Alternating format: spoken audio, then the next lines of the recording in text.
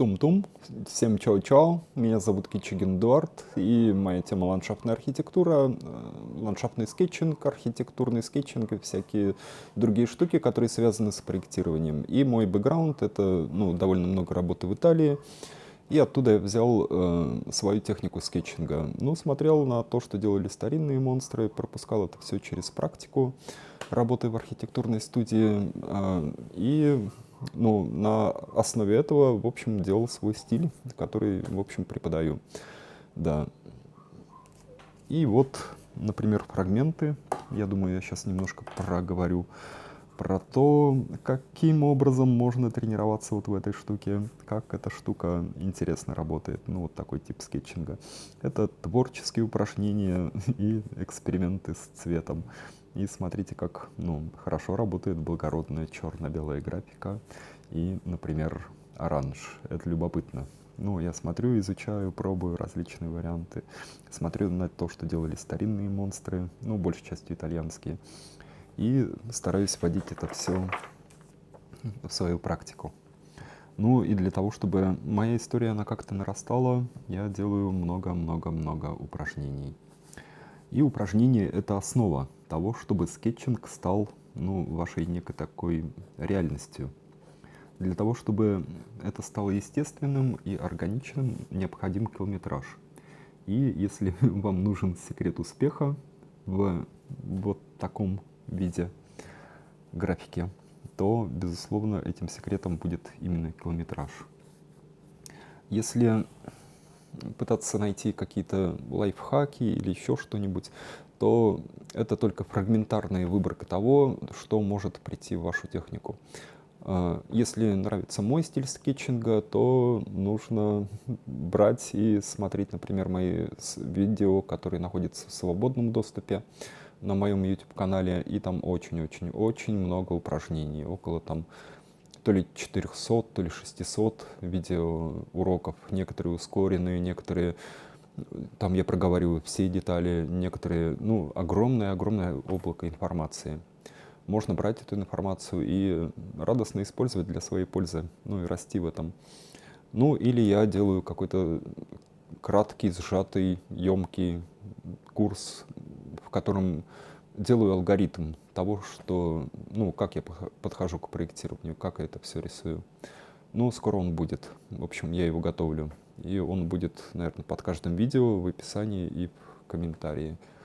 Так что, если что, смотрите.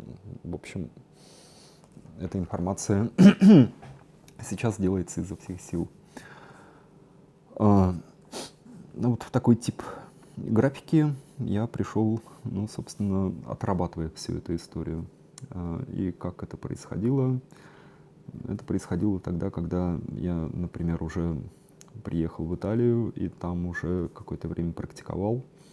И пришлось немножко переориентироваться по сравнению с теми реалиями, которые у меня были, например, в России, и идти немного другим путем. Хотя, в принципе, основа осталась, примерно плюс-минус та же.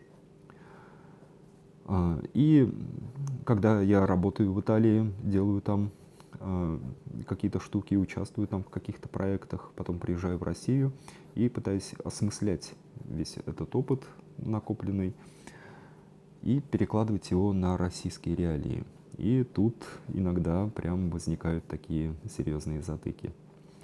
И затыки эти укладываются в различную ментальность. Это странно. В общем, я это проговорю. И вот эти вот затыки, я думал, что с ними делать, как я могу поступать. Поступать оказалось очень просто как. Все решается километражом. Все решается практикой. Ты приносишь практику в то место, где ты хочешь адаптироваться, и происходит такое чудо. Или место адаптируется под тебя, или ты адаптируешь место под себя. И это круто, это хорошо. В общем, вот. И мой стиль скетчинга, он немножко адаптировался об русскую реальность, и особенно в последнее время, когда я делаю много историй про деревянное зодчество, вот это вся такая очень русская стилистика, которая построена на гиршовской архитектуре. Сейчас происходит, ну, в моей жизни очень много движений в эту сторону. Я не знаю, почему и к чему это приведет. Ну, это странно, но это так. Я надеюсь, что удастся перейти и в какое-то каменное строительство, и для меня ориентир — это идея дворянской усадьбы.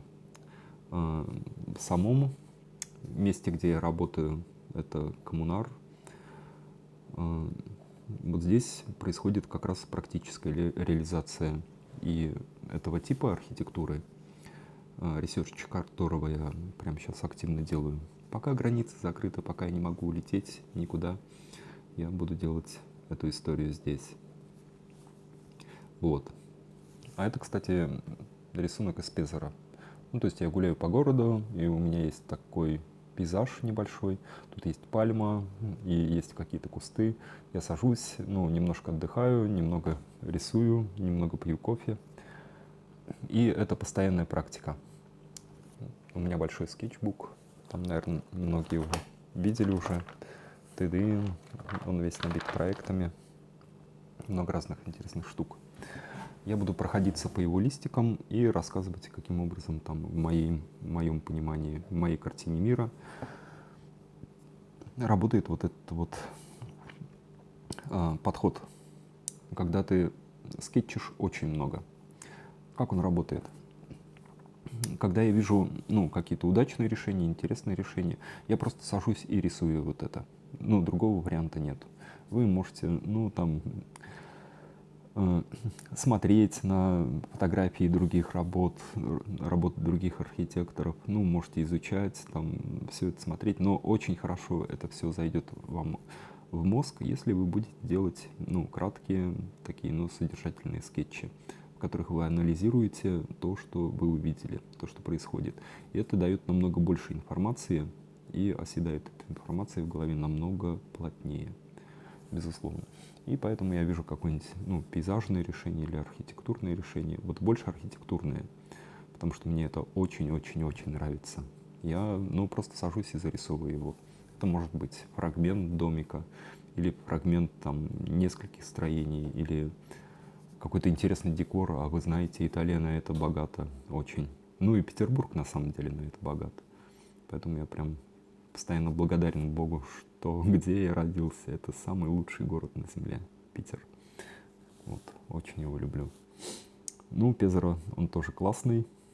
И вот эти кустики, они из Пезаро. Какую мысль я хочу проиллюстрировать? То, что если вам необходим скетчинг, и вам необходимо научиться, вы должны практиковать. Я начинал всю эту историю так, очень странно. Я думал, как мне нужно сделать, ну, как я должен держать ручку, где бы мне найти вот такие вот, ну, паттерны, на которые я хотел бы ориентироваться, и научиться просто, ну, рисовать в таком стиле. Я видел работы архитекторов и, ну, такие крутые работы, но думал, что мне до этого уровня не подняться в ближайшие годы никак, от слова совсем. И пришлось изобретать какой-то свой велосипед. Но это изобретение, в общем, ни к чему хорошему не привело.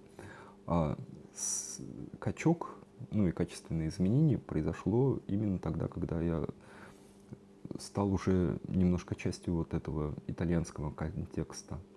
И как будто бы произошло воспитание и вкуса, и ориентиров. И как только произошли вот такие вот внутренние изменения, вдруг они перешли в качество внешнее, в качество выражения среды, ну, в эстетику. То есть это как про комплексное воспитание. Ты не можешь развиваться в чем-то одном. Ты обязан развиваться, ну, полноценно, как личность. Это супер важно. Если этого не происходит, ну, бессмысленно оттачивать технику. Она будет просто показывать внутреннее твое состояние, ну или там наличие или отсутствие культуры. Вот. Поэтому, ну, я так пушу за то, чтобы не только упирать на скетчинг, не только упирать на проектирование. В Италии это очень интересно происходит. происходит переворот, потому что они очень любят жизнь, очень любят и наслаждаются этим. И вот когда я для себя принял вот эту вот идею, что жизнью нужно наслаждаться каждым моментом, даже если тебе, ну, прям очень плохо. Вот этот момент, он бесценный, он совершенно невероятно бесценный, и вот он именно сейчас и для тебя, даже если, блин, просто что-то с чем-то. Вот как раз я недавно такой момент переживал, и да, в общем, мне кажется, я понимаю, о чем я говорю. И вот, я хочу сказать, и происходит ощущение полноты жизни, когда для тебя и очень плохо, это тоже супер ценно, и когда очень хорошо, ну, ты можешь быть в моменте. И когда такая полнота жизни, то появляется большая дифференция между тем, ну, между краями, в рамках которых ты можешь выразить свою мысль. И происходит такое, как будто бы в то, что ты делаешь, приходит такая благородная эстетика. Я не знаю, как по-другому это объяснить. Я еще подумаю над этим, наверное, скажу. Но, в общем, мне кажется, вот этот момент, который я только что проговорил, он супер важный для скетчинга. Ну и для проектирования тоже. Ведь мы выносим все на бумагу из пространства собственных мыслей, собственного воспитания, собственных чувств. И если эти чувства, ну, благородны, прекрасны, то и результат, у нас есть надежда на то, что он будет вот хорошим. Мне кажется, это супер взаимосвязанные вещи. И они круто работают вот как раз вот с этой идеей нахождения в моменте и такого ощущения бытийности, как неповторяемых моментов, ценных, ну, и люди суперценные, и моменты суперценные. И знаете, что тогда происходит? Тогда происходит некоторая такая остановка. Ты проживаешь каждую секунду. И вот тогда приходит смешная штука. Ты начинаешь рисовать, будучи в моменте. И оно получается автоматически хорошо. Вот это была такая длинная подводка вот к такому выводу. И что я хочу сказать. Вот я на курсах, на своих, которые я провожу, встречал, когда люди думают, они думают, скетчинг это нужно быстро водить ручкой туда-сюда, в разные стороны и получать быстрый результат. Но в моей истории, в моем случае, это происходит немного по-другому. Если ты наслаждаешься моментом, то и результат у тебя будет красивый. То есть из руки, из твоего внутреннего состояния все приходит на бумагу. И если ты хочешь, чтобы результат твой был красивый сразу, вы видите, я использую, например, линер. Ну вот, линеры, окей. Или перо, или там, да все что угодно, ручку. Но обычно не карандаш. То есть вот в этой структуре драматичная ситуация. Когда ту линию, которую ты нарисовал, ты уже стереть не можешь. Потому что это не карандаш, ты не можешь ничего исправить. И ты научаешься рисовать красиво сразу. Происходит некоторый такой момент немножко боли, немножко перелома, когда ты думаешь, о, я ничего не могу исправлять, я должен рисовать красиво сразу. Но потом, когда этот момент проходит, и ты начинаешь думать, что у тебя нет права на ошибку, ты становишься не нервным, скорее, а собранным, и ты проживаешь полностью вот этот вот момент, когда ты проектируешь и когда ты ведешь линию. Ну, то есть, ну, можно раскидываться мыслью, ну, по-разному бывает, но ты получаешь пребывание в том моменте, когда ты ведешь линию. И это обалденно, это просто обалденно. И результат получается красивый. А если торопиться, если вот так чирикать, там стараться, бым-бым, быстрее, не происходит этого момента. Поэтому я рисую медленно, но я рисую быстро. И я рисую сразу красиво. Это прикольно. Ну и плюс, конечно, нужно там иметь хорошую насмотренность. Ну, много изучать, помимо основной работы, нужно очень сильно вкладываться в то, чтобы там инвестировать свое время в то, чтобы изучать работы старых мастеров. Это очень важно. Они проходили всю ту же самую историю. Если я возвращаюсь из истории, например, компьютерного проектирования в историю ручной графики, то мне нужно обязательно смотреть, что делало огромное количество очень крутых, хороших архитекторов до меня, как они представляли проекты. Поэтому я всем рекомендую делать вот такой ресерч. Там для начала я посоветовал смотреть на работы Пиранези. Он невероятный, он совершенно невероятный. Я когда увидел его работы вживую, я обалдел. Я думаю, как так можно делать, как так можно жить. На картинках в интернете это не очень понятно. Да, ну просто не очень понятно. Лучше все-таки подумать, как можно... Ну, нужно в Италию ехать или здесь где-то искать, ну, образцы. Но это того стоит. Вот. Такие штуки я хотел проговорить в этом видосе и проиллюстрировать его тоже фрагментами моей графики. Это не про проектную историю, это про, скорее, такую декоративную эмоциональную историю, составляющую скетчинг, ну, мое видение, мое понимание практического скетчинга, ну, такой, какой он есть, для того, чтобы он стал вашим рабочим инструментом. Нужно, чтобы он стал естественным. И я, например, рисую постоянно. Там, я лечу в самолете, еду в поезде, в трено, или в электричке, или в автомобиле, там, ну, или да где угодно. Автобус, трамвай, метро, все что угодно. То есть у меня огромное количество роликов про то, как я еду там в каком-то транспорте и что-то радостно рисую. У меня все время есть эта возможность работать над проектом. Я не завишу от компьютера. Ну, потом все равно это все уходит в компьютерную историю. Там. Но концептуальная стадия, стадия, где я собираю идеи и тут же фиксирую их, и тут же и делаю это симпатично. Не то, что супер красиво, а симпатично. Вот она происходит вот здесь, в скетчбуке.